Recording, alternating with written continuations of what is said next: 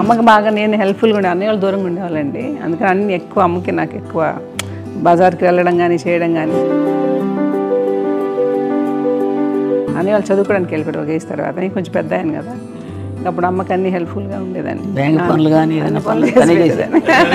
ఇది నాకు కొంచెం టఫ్ టైమ్స్లో కూడా ఆమె నీ పాటికి నువ్వే ఉండాలి, ఎవరి దగ్గర ఉండదు, ఎవరి ఇంట్లో ఉండదు, మా దగ్గర కూడా ఉండదు, నీ ఇద్దరు బిడ్డలు పెట్టుకుని నువ్వే ఉండాలి ఆమె వాళ్ళు చెప్పారండి. చాలా టఫ్గా చెప్పారు. బట్ నాకు అదే ఇచ్చే ధైర్యం.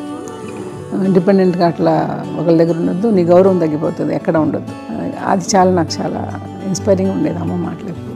నాకు ఒకసారి కొంచెం ఏదో ఒక డిప్రెస్డ్ ఇదేదో వస్తే అందరి నుంచి నేను ఏదో సెపరేట్ అయిపోయినట్టు ఒక సిచ్యువేషన్ ఏదో వచ్చినప్పుడు అమ్మ నన్ను పట్టుకుని she said I am there for you always.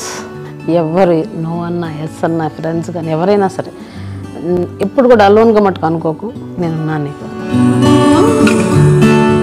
నాకు ఇచ్చిన సలహా ఏం లేదు. బట్ ద బెస్ట్ థింగ్ మా అమ్మ దగ్గర నుంచి హగ్ అండి.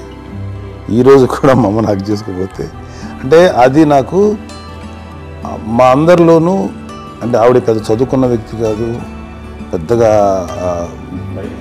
నా ఎక్స్పోజర్ కాదు. కానీ ఇవాళ అన్నయ్య కానీ విజయ, మాధవి, నేను, కళ్యాణ్ బాబు ఈ రోజుకి టుగెదర్గానే ఉంటాం. కానీ ద ఇన్విజిబుల్ బాండ్ ఏజ్ మా అమ్మ ఇచ్చింది. ఆ లవ్ అండ్ ఎఫెక్షన్, హగ్ అవన్నీ ఆవిడ నాన్ వెర్బల్ అడ్వైజ్ ఏంటంటే అందరూ అలా కలిసి ఉండాలనేది ఆవిడ నుంచి మేము నేర్చుకున్నాం. నాగబాబు కంపెనీ అమ్మకి ఎంత ఇష్టం అండి. మా కంపెనీలో పెద్ద నవ్వదు కానీ రిలాక్స్ అవ్వదు కానీ నాగబాబు కనబడితే నవ్వు. అందులో అత్యంత క్లోజ్ తనేనండి.